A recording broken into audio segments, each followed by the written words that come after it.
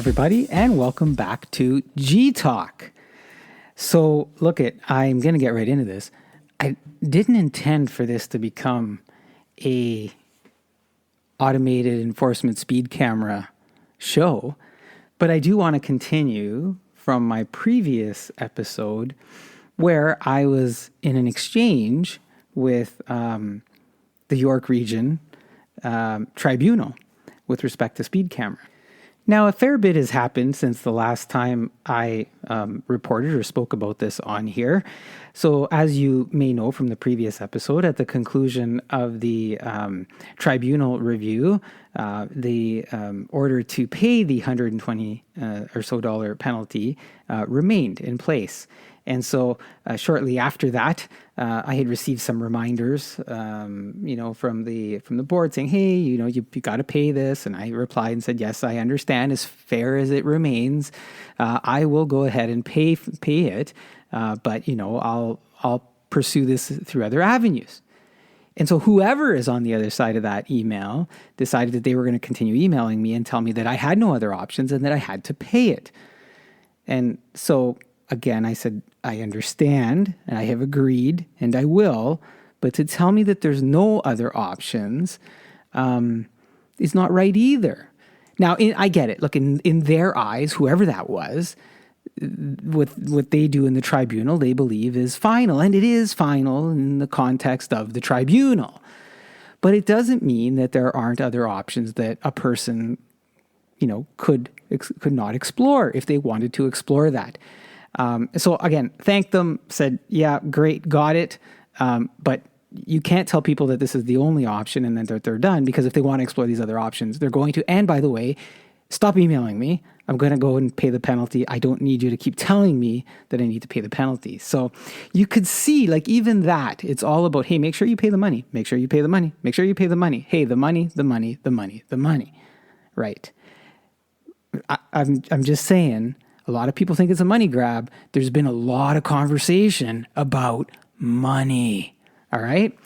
Not so much about the other things, not so much about the road, not so much about the safety, not so much about the community, but a lot about the money. All right, so park that, gonna go off, and I decided that I was going to get a lawyer to look at this and give me their opinion so that I could make a decision on what I should do moving forward. I know you're thinking, this is a lot for just $120 like everybody else. Why don't you just pay it? There's a lot of effort. Like I said before, there's principle and integrity involved here, and fairness. There's fairness for people. So I go over the case with the lawyer. This is back on the 21st of May. I go over the case with the lawyer, and the lawyer says to me, look, so typically, yeah, I would take this on, but it's only $120. And for me to take this on, even just in terms of the penalty itself, it's going to cost you $300 or $400. So why would you do it? And I said, well, I want to do it because it's wrong. What they did is wrong. And they're saying things that are wrong, and the process is wrong. The tribunal isn't fair. And they've taken on this thing of, well, just pay it because there's no points, there's no insurance. It's just money, just pay the money. But A, I don't believe that the signage is correct.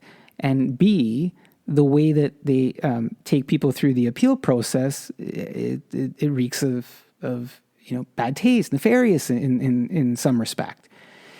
And so the lawyer says to me, boy, you're a nice guy. I said, how's that? She's like, well, you're willing to take this on, not just for yourself, but for the overall community. She's like, it's a lot of effort and it could potentially be a lot of money. I said, right.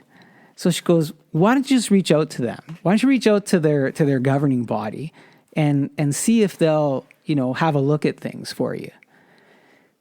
Fair advice, right? But look, a good lawyer, in my opinion, a good lawyer isn't always there to take you on and say, yeah, all right, let's go. I need a deposit. I need a retainer. A good lawyer has some really good mediation skills. And this legal individual had just that, right? She was thinking, just go mediate this a little bit instead of trying to fight it in the court and see what happens, but mediate it through the governance body. Great advice. So go off and find out. So the tribunal is governed by the York Region Municipal Council. And so on that same day, I decide that, okay, I'm going to email some members of the York Regional Municipal Council. And I took the position that I would do it from an area of A, where I reside, B, where the alleged infraction took place, and C, the chair of the council. Okay. And what I want to do, I'm going to read that to you in a moment here. Okay. I'll read you the letter that I sent York Region Municipal Council on May 21st. Dear members of York Region Council, RE concerns with automated speed enforcement and tribunal process, penalty order. At the advice of legal counsel, I am writing to formally express serious concerns regarding the automated speed enforcement ASE ticket I received at the subsequent adjudication process under your governance. I acknowledge the importance of community safety and the role that ASE may play in that regard.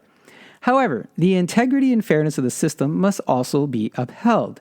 Based on my experience, I believe this has not been the case. 1. Obstructed signage and misleading speed limit visibility.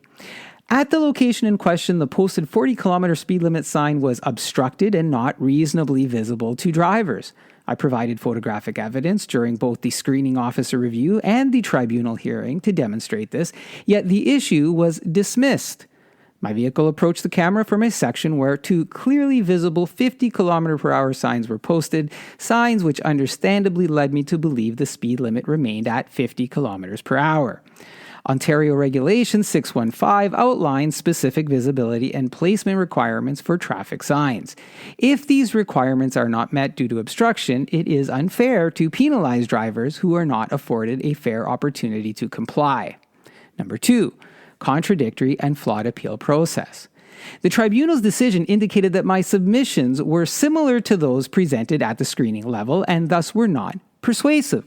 However, appellants are explicitly instructed that new evidence is not allowed during the appeal.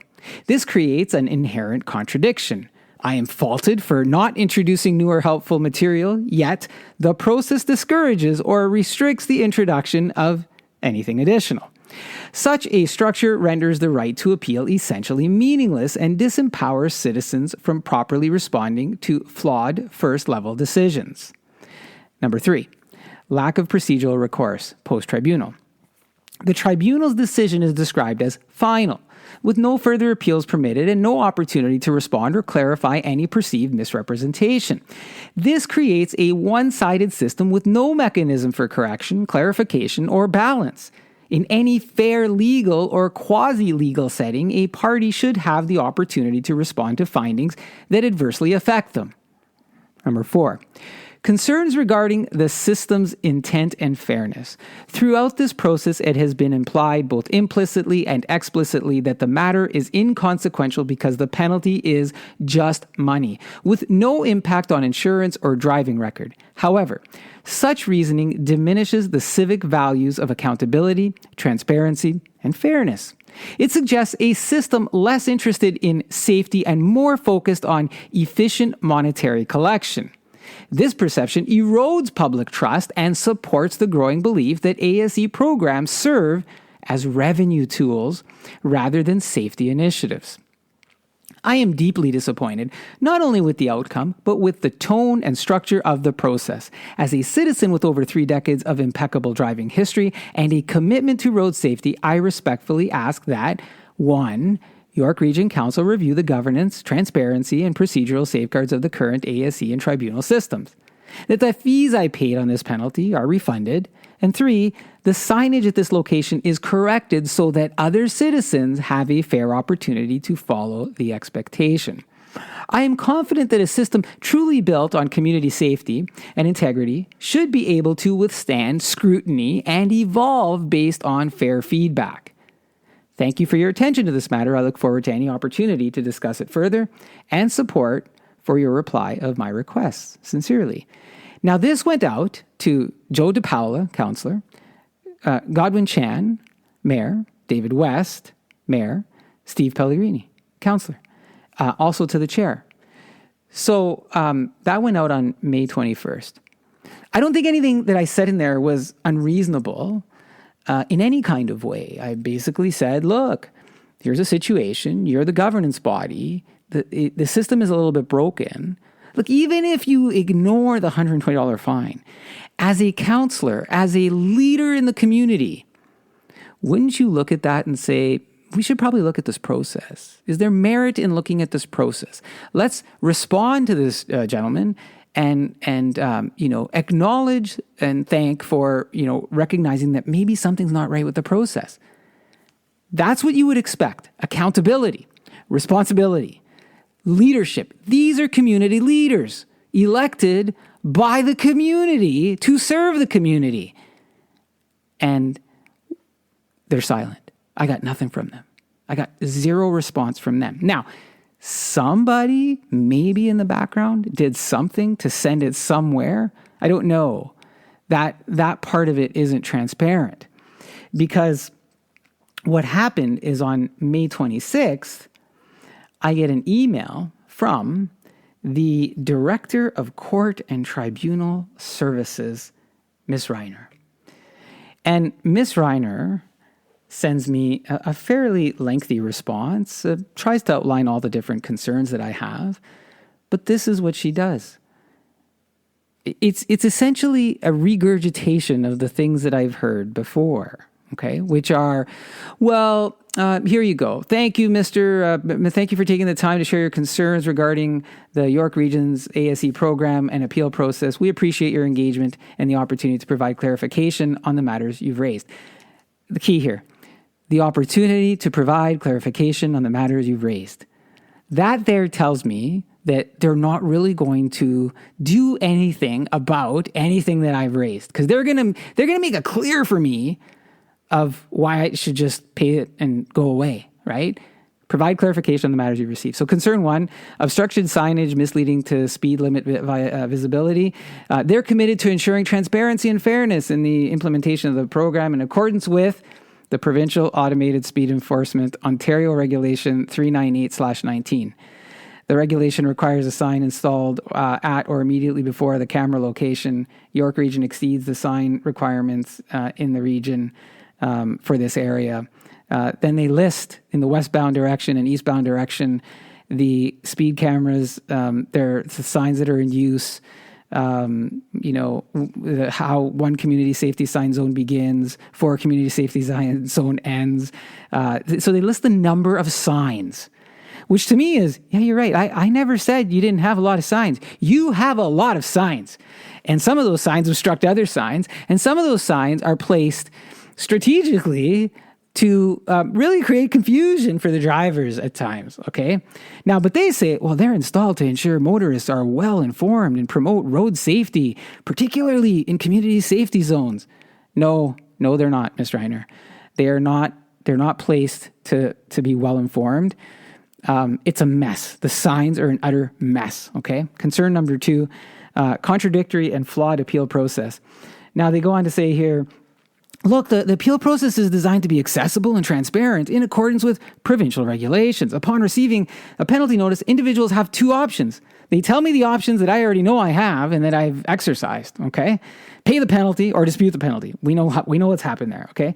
Now, the expectation is that persons requesting screening reviews submit all the evidence clearly communicated on the website. I know the process.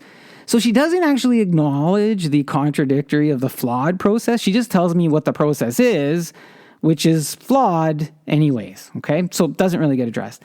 Then they say, well, concern number 3, lack of procedural recourse post-tribunal. And they say, well, look, York Region adheres to subsection 14.3 of the Ontario Regulation 35522 and York Region Bylaw 2024-37, which states that the decision of the hearing officer is final. This is consistent with the administrative penalty framework. So even though I say, hey, you got some procedural issues, they just tell me their current thing, which is the tribunal officer is final. So it's ignoring it completely, just reiterating to me what their policy is that makes those things the way they are. So yeah, you know what? We're just going to tell you that whatever that person says is true and final. It doesn't matter. There might be a flaw, but we're not going to acknowledge the flaw. We're just going to tell you it's final. And because this law says that it's final, it must be right. But it's not. It's not because it's flawed. And so you ignored it. Okay. They ignored it. Then we have concern number 4, concerns regarding the system's intent and fairness. And they just go on to say that, look, the program is implemented in accordance with all applicable provincial regulations and ministry agreements. The primary goal of the program is to enhance York Region's particularly safety community zones. Again, it's just dribble on, look, we have it. It's for community safety. We value your feedback. We value your feedback and remain committed to continuous improvement in our services. Which is an utter, misstatement. I don't think they valued my feedback because they ignored 75 to 80% of it. And there was nothing that they did that they were going to apply in terms of continuous improvement in our services. So, thanks for their response. And in that, interestingly, I get that, but she sends it to me and she sends it to another gentleman. I don't know who the other gentleman is at this time. Just somebody named Mr. Kuzmic. But all the counselors, all the leaders, all the community leaders are not on this response, right? So were they talking? No idea. Were they included? No, they weren't. Why would you leave the community leaders off? If everything is transparent and fairness, like you just said, why would you leave the community leaders off on this response to a citizen that, everything's good and nothing to see here, right? So I did reply to Ms. Reiner on the same day, May 26th, and I say the following: Dear Ms. Reiner, thank you for your prompt response and the details provided regarding York Region's Automated Speed Enforcement ASE program. However, upon reviewing your reply, it appears that my primary concerns have not been directly addressed. Firstly, my issue specifically pertains to one of the speed limit signs being obstructed and thus not clearly visible to drivers, irrespective of additional signage placed elsewhere. The presence of numerous signs does not mitigate the obstruction of the critical sign in question, which is fundamental to ensuring drivers have a fair opportunity to adhere to the speed limit. My provided photographic evidence of the obstruction appears not to have been adequately considered or responded to. Secondly, the inherent contradiction within the appeal process remains unaddressed. The process explicitly instructs appellants that new evidence is not admissible during the hearing officer's review, yet the tribunal's decision criticized the absence of additional evidence. This contradictory position effectively compromises the fairness of the appeal process. You have a broken system, and quoting the process itself neither addresses my concern nor corrects this matter. Lastly, while I understand the hearing officer's decision is deemed final under the current framework, my concern remains that there is no procedural recourse available when clear contradictions or misunderstandings arise during the tribunal's review. A fair and transparent system should allow appellants an opportunity to address or correct such issues without being dismissed outright. I respectfully request a reconsideration or a more direct response to these specific concerns, as they significantly impact the perceived fairness and integrity of the ASE program. Thank you for your continued attention to this matter. Sincerely, and I re-include Joe DePaola, Godwin Chan, David West, Stephen Pellegrini, and whoever Dan Kuzmic is at this time that she had included. Our community leaders who have yet to say a word to me on this. Our transparent, accountable, responsible community leaders. Anyways, yeah, you guessed it. I got a response from that, and I got the response from Mr. Kuzmic, who I then understand, based on his signature, is the Regional Solicitor and General Counsel. And Mr. Kuzmic says, hey, Mr. Perino, good morning. Well, not quite like that, but good morning, Mr. Perino. Your most recent correspondence regarding the outcome of your ASE case penalty order has been referred to me for response. Following a thorough review, including site investigation by Public Works road staff, I am satisfied and accordingly confirm that all signage at the site complies with Ontario Regulation 398/19 and has been installed and operates wholly in accordance with provincial regulations. Hearing officers exercise independent discretion in their decisions. Accordingly, there is no option or mechanism for York Region staff or members of council to intervene or intercede. In all respects, although we understand you may not agree with the existing framework, the administrative penalty process in your case was conducted exactly in accordance with the requirements set out in Regulation 355/22. In particular, the hearing officer in your case did review your evidence and noted the following. I have reviewed the photo and do not find it helpful. The photo is taken in front of the traffic pole. It also fails to consider the appropriate line of sight from a driver's perspective while driving along the roadway. This indicates that your evidence was considered, but ultimately found by the hearing officer to be insufficient to alter the outcome. Best regards. So look, he basically comes back and says, well, you know what? I sent people out there to look at it and they tell me it's okay. And by the way, there's this regulation that says everything, all the signs comply with the regulation. And by the way, we've got nothing that can do anything to the tribunal. We're just following these regulations. So there's nothing. I'm really confused though. I got to tell you. So you send the guys out there to look at the signage.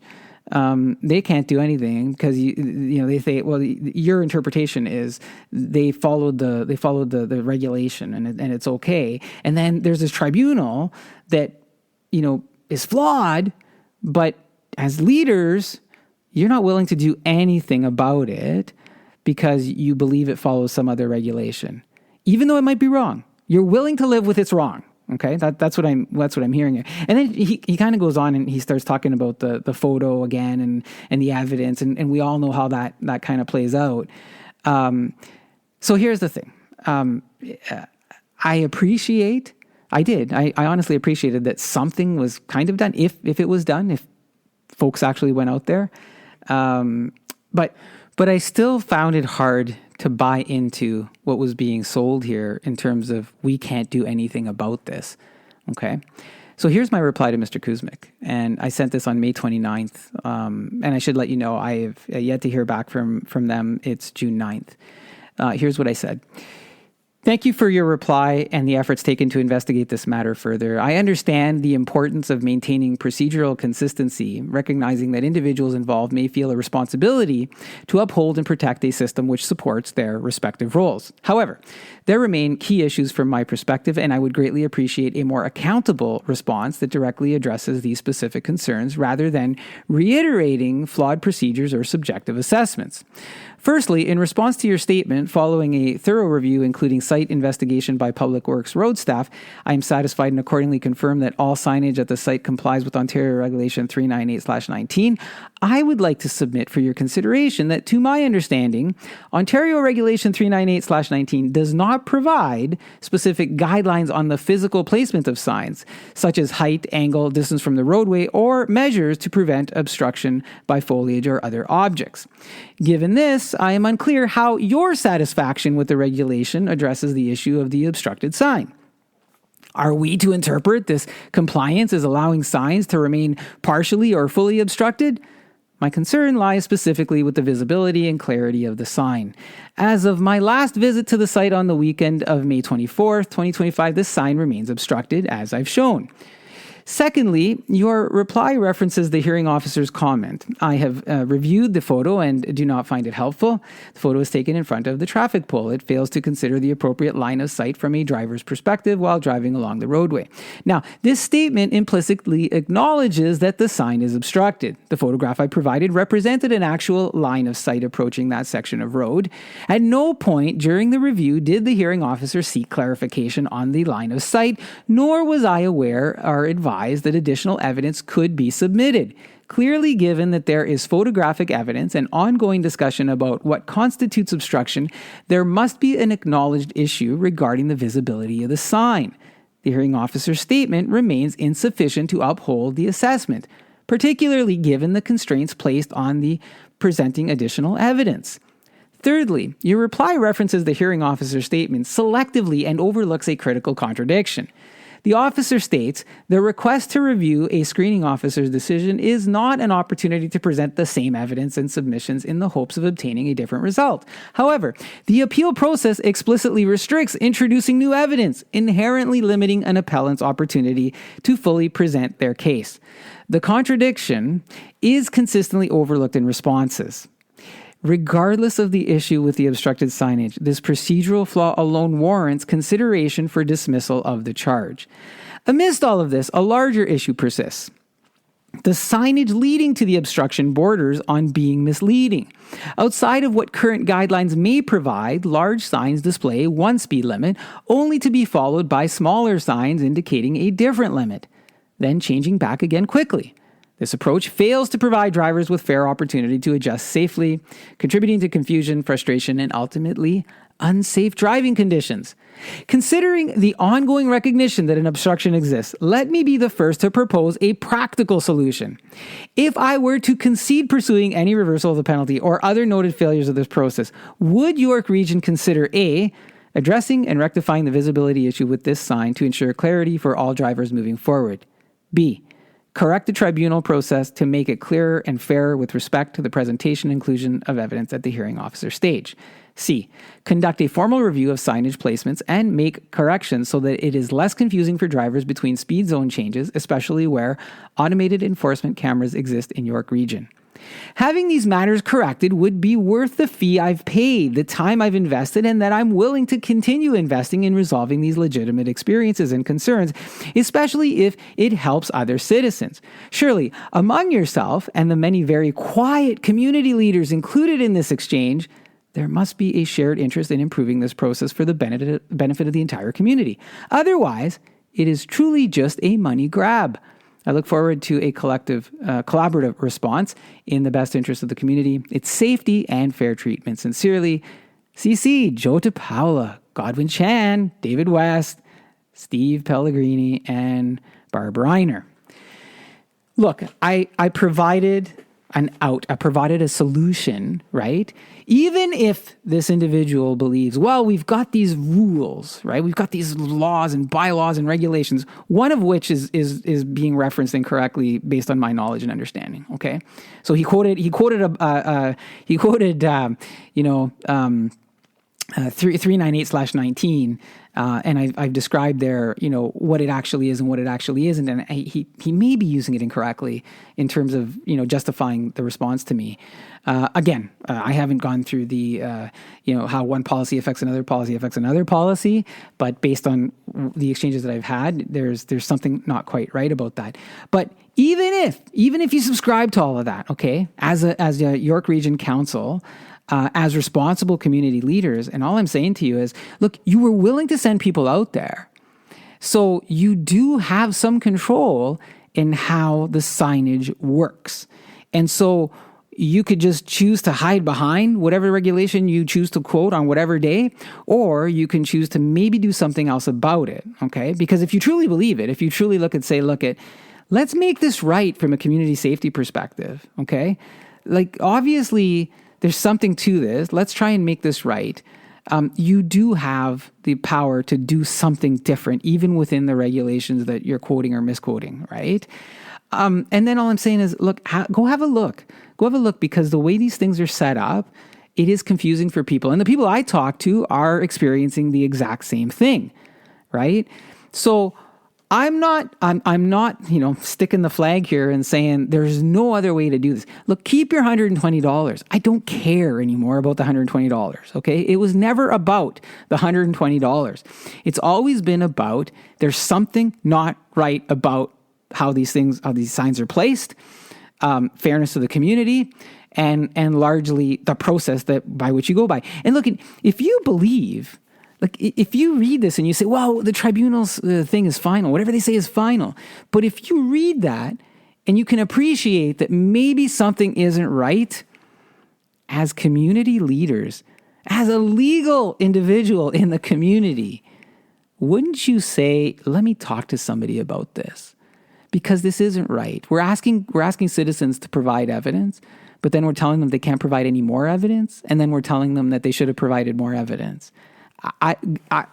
It befuddles me, and I'm at a loss. So, like I said, it is June 9th, and I haven't received any further response. I didn't expect to be honest. I mean, I don't really know what Mr. Kuzmic or could do beyond this, or is willing to do beyond this, other than maybe take up interest himself and saying there is something wrong here. Let me go and figure this out, especially as a public servant. Let me go figure this out. And the quiet community leaders, the Paula, Chan, West, Pellegrini, boy, it's funny because come election time, there's always knocks on doors, right? But not a single word from these fellas. None of them. Not a single word. Anyways, not a phone call, not an email, not a single word. That speaks volumes. So what's the next step? At this point, I'm at the same point as I was at the last conversation on this. And I said it. It's a money grab. A few of you have interacted with me where you've had your own experiences. Same thing. This constant, off and on the pedal, signage. It's a nightmare out there. It is a complete nightmare. It is a money grab based on this. No one's willing to help change the system, even though the system may be incorrect or has its flaws and challenges. So I'm going to look into what the next possible steps could be from a dual court position. Maybe reach out to some others in the community who have a larger voice as well. I'm not quite prepared to let this go, especially since there isn't any willingness to look at this and offer community assistance by our community leaders. So maybe somewhere in the future, because these things take time, there will be a part 3 to this. And I'll let you know what that is. Watch, because again, if you're part of this journey, we may do a GoFundMe and do this as a larger effort, and involve the larger community, because maybe just one voice isn't enough for our community leaders. Again, thanks for listening to the show. And if you got any stories out there of your own speed cameras, keep them coming. Send them in. They're great to hear. And love to hear the stories and some of the challenges that you're experiencing out there in the community. Take care, folks.